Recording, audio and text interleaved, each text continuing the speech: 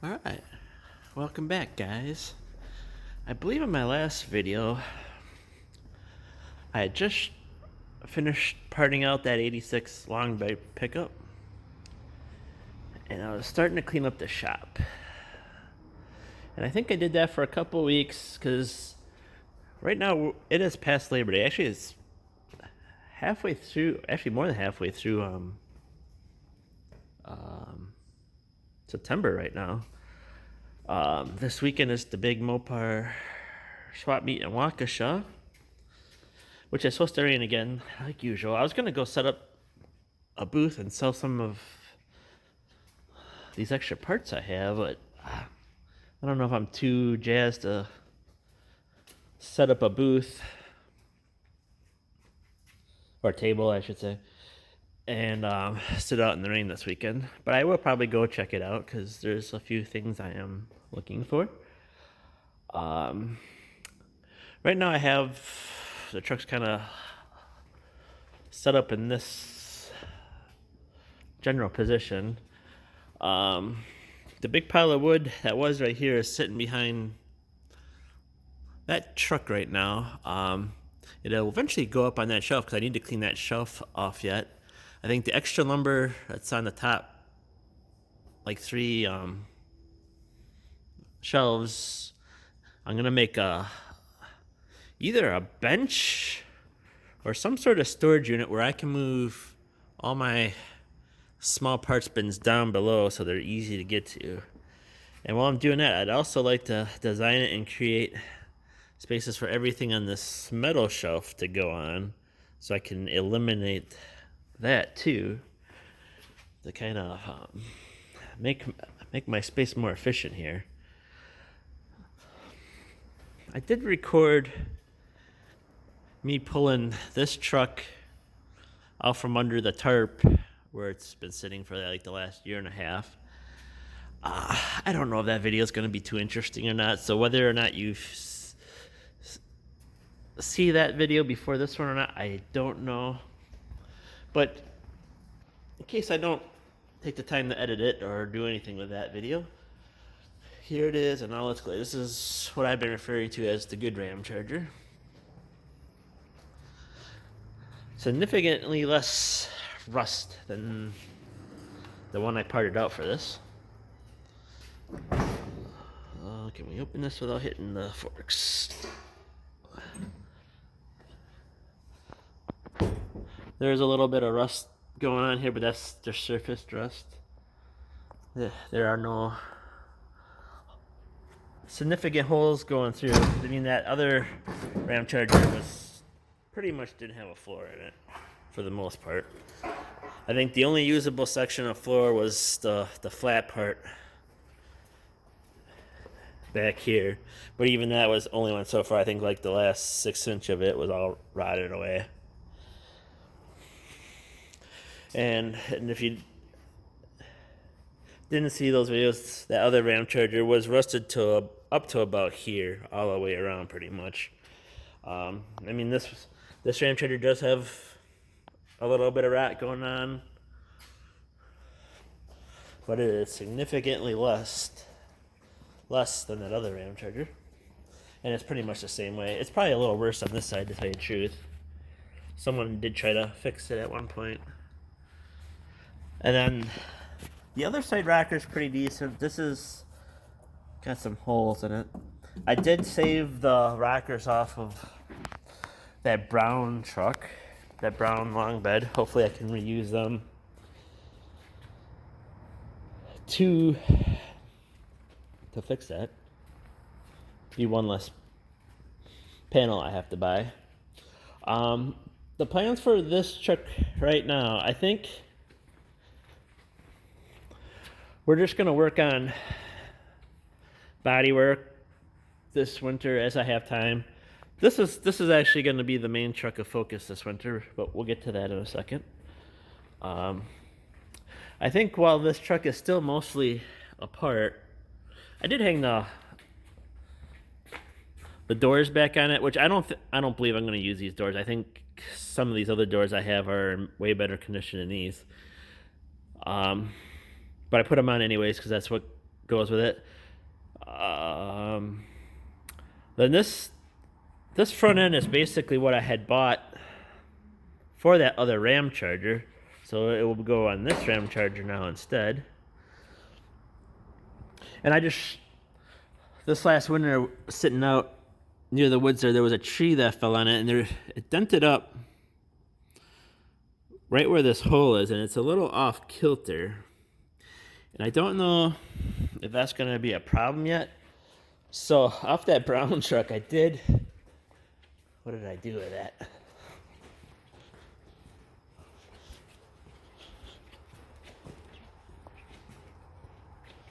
I did cut off the corner of that firewall. If I do have to kind of patch that back in to make it all work right. Because why not? I had the piece and it was. We'll see. I don't know. Like I said, I don't know if I'll have to or not, but it's nice to take that part and have it and not need it instead of needing it and not having it. So when spring comes around and this truck is done and out of the way, I think we're gonna come up with a way of getting this blocking this body up so I can roll the chassis out and paint it, clean it up and paint it. As you can see, the previous owners already did start cleaning it up real good. This rust that's on there is just from sitting outside here at my house for the last year.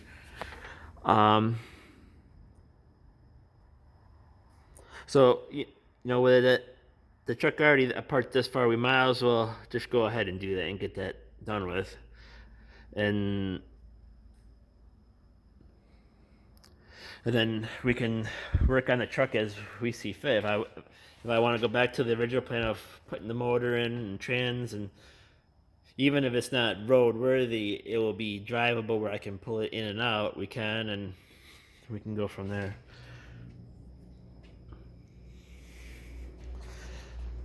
But basically, this is going to be a long-term project because I do kind of want to do this truck kind of nicer. So then this truck, this winter, we're going to build it to be a driver for next spring. Just because I want something to play around and screw around in, and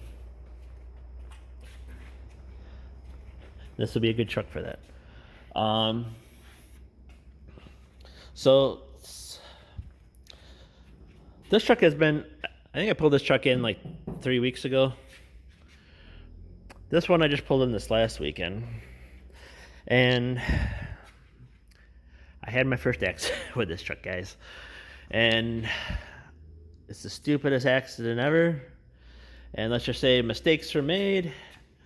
And it rolled into a tree. Now, this wouldn't be no big deal. I think this could all be worked out. It did bend up the core here. I think that can probably be fixed real easy.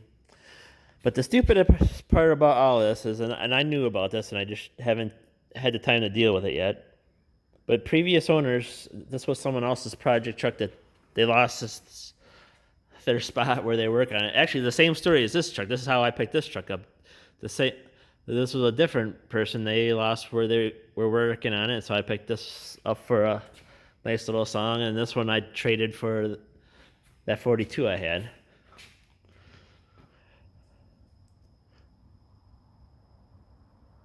So when they put this truck together, they just basically slapped it together. They went fuck all about putting any kind of hardware on that. And like there's bolts in there kind of holding it in place, but it's not tightened down to the frame.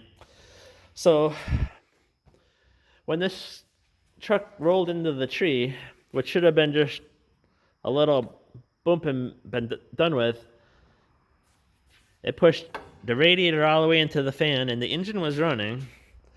So as you can imagine, coolant went everywhere. The radiator is hosed. which sucks because out of all the radiators I have around here, this is the nicest radiator I have. So I think that's my goal for this weekend. I want to get this core support off here because instead of bending this back, I've never really been too keen on whoever was restoring this truck. There are parts of this truck that are really nice, then other parts that they kind of did a so-so job. And this radiator, this core support, is one of those so-so spots. Is like they didn't. I don't know if this is Pour 15 on here or what it is, but they basically didn't prep it at all. You can see all the fucking metal under there. They didn't bother doing any kind of prep work at all, which, I mean, do they plant? I don't know. I don't know what they were doing here. If they were trying to do a resto or if they were just trying to make the truck look presentable. So I think in the short term, what I'm going to do with this truck, since I have all these decent parts off that brown long bed I parted out, we're going to put this radiator core support on there, along with the hood, along with the, I don't know what you call these, the cowl cover and this front valance part down here. We're also going to put these fenders on. I'm going to take these trim pieces off, so I think I'm going to sell those because I don't really care for the 80s trim look. I like it sleek like it is now. And I'm going to put the doors from that truck on here too. So kind of all mostly match except for the black bed here. And of course the tailgate from that truck was one of the main pieces I was looking to steal from that truck when I bought it. So even though this truck will probably live that way for a couple years till this truck is done, it will maybe halfway look decent.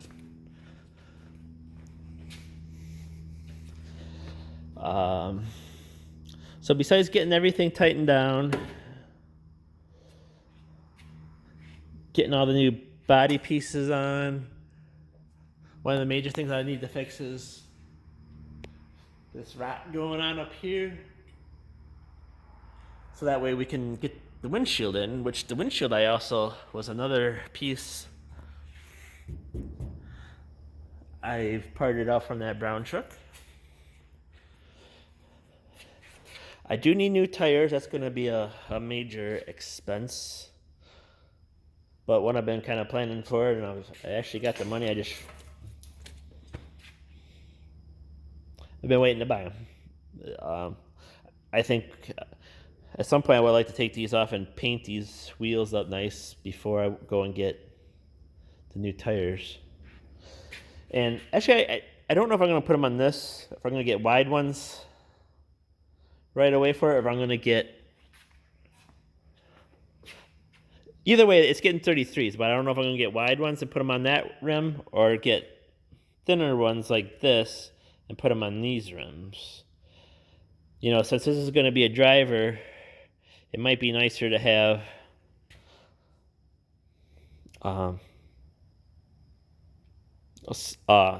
33s that are not so wide.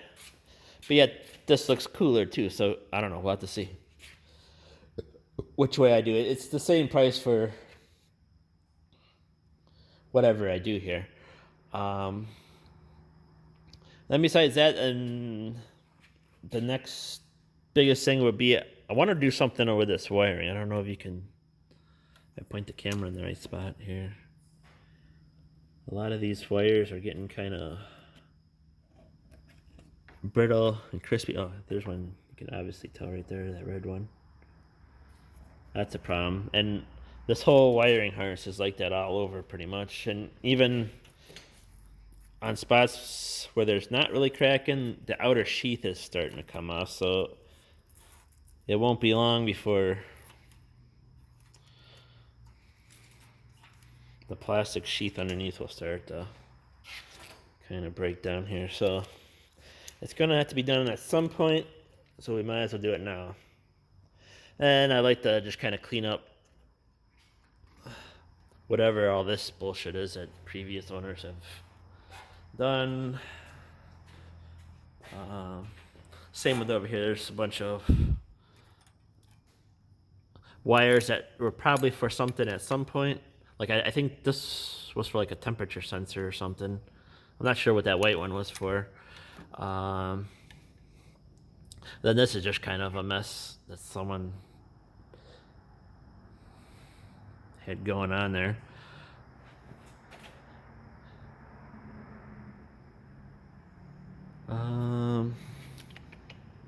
Otherwise, other than tuning this, I think this engine's all ready to go. I really don't know what's going on inside. Obviously, the previous owners, they painted it. They made it look pretty. I don't think it's had any kind of performance thing done to it, like a camera, nothing. It feels like a strong runner, but it doesn't. When you get on it, it doesn't feel like there's like a cam or anything going on in there.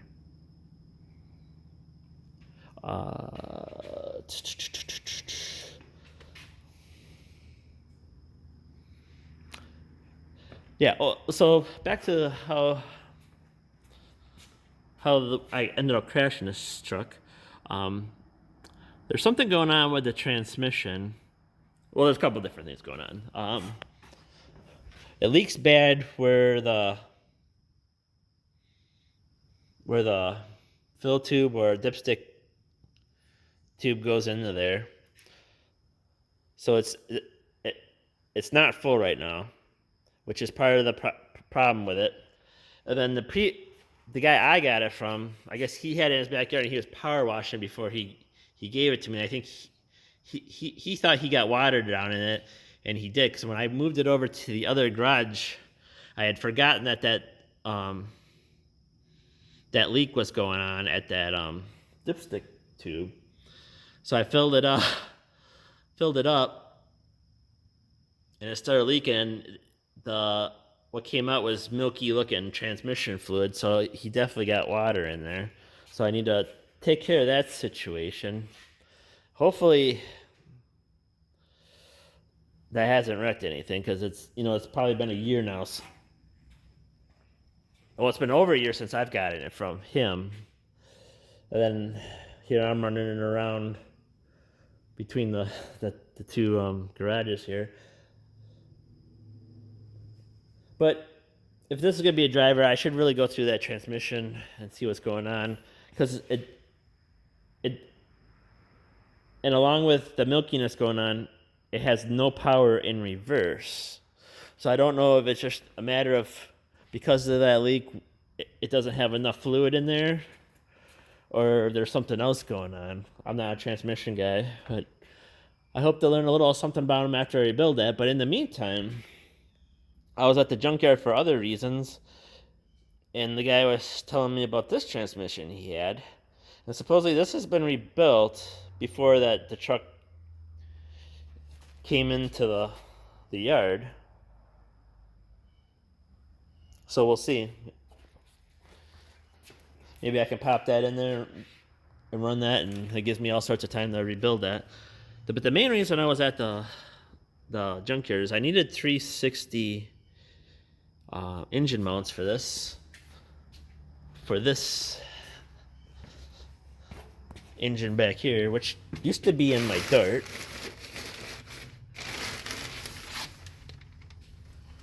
Yeah, I don't even have the A-body mounts on here anymore. I must have sent them with the other engine I put in that car when I sold it. So this is the engine that will be going into this truck. And we'll talk about that more in another video. And since that was in an A-body, it has the wrong oil pan on it.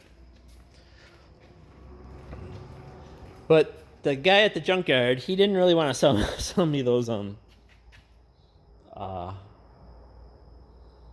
engine mounts by themselves, but he had a whole engine he would be willing to sell me. And this is a locked up engine, so I got it for a halfway decent price. And for what I'm stripping off of there, I think I got my money's worth out of it. Cause I'm getting the the engine mounts. I'm getting this pan, which I need. I don't particularly need it for anything, but this had a brand spanking new timing set on it. And why I got this engine so cheap is that it is locked up in cylinders 2 and 7 here. And if you're a member of the Mopar Engine group on Facebook, I have kind of posted a couple questions about this. The first set of questions nobody fucking answered. Everyone told me how to unstick the pistons. Well, that was not the question I was asking. I know how to unstick pistons, so I kind of had to re-ask the question in a different way, and I reposted it a couple of days later. Because I kind of like to know what's going on here. Because most likely what I'm going to do, this short block I'm just going to sell, because I don't really need an extra 360 around here. Because that good one that's built will be going into that truck, like I said. The 360 in here, I'm probably going to run it for a while, but ultimately what I want to do is I want to build up this, and I say build up, I'm not going to get too crazy with it. This 5.9 I want to put into that truck. Now, with this block, it came out of an RV, so this should be an RV cam in here. I haven't measured it yet to see what it's all about yet, if not, because this supposedly this engine has less than 60,000 miles on it, and it was overhauled in that time. And I can definitely tell someone was in there, and as you can see, I dropped the head gasket on. That is not a stock head gasket. I think that's a Fel-Pro. But whatever they did, I have no idea. Nothing makes sense what they were doing, and I kind of have an inkling they had no fucking idea what they were doing. On both heads, the lower bolts, they were loose. They weren't torqued at all. I barely had a wrench on them to get them out. The inner ones, or the top ones, they had a bit of a torque, but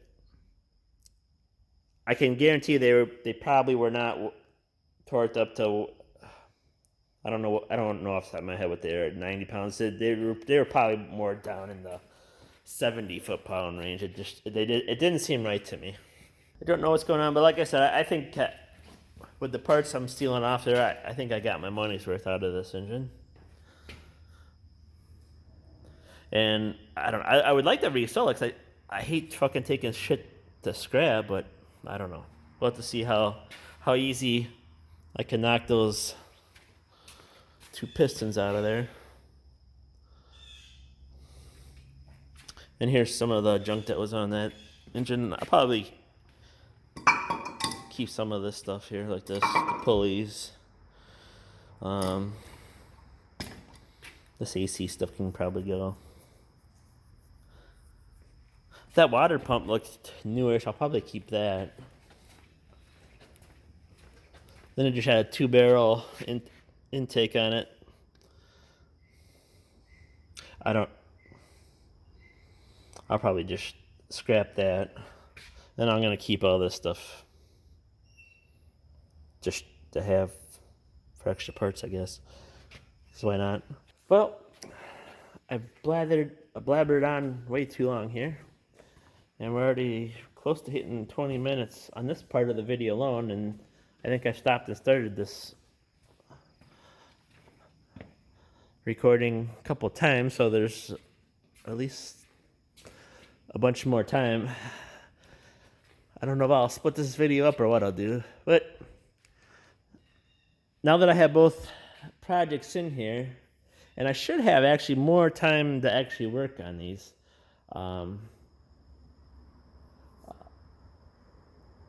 My boss finally signed the contract the other day to sell out his business to this other guy. And the deal I made with this other guy is he's going to pay me enough money to not do a lot of the side work I have been doing and just working for him. So I won't be doing as much side work at home here, which will be nice. So I'll be getting the extra money to have for the projects and not working as much. And I'd kind of like to get into maybe doing an update every week here if I can, if I'm making that much progress on the weekends here.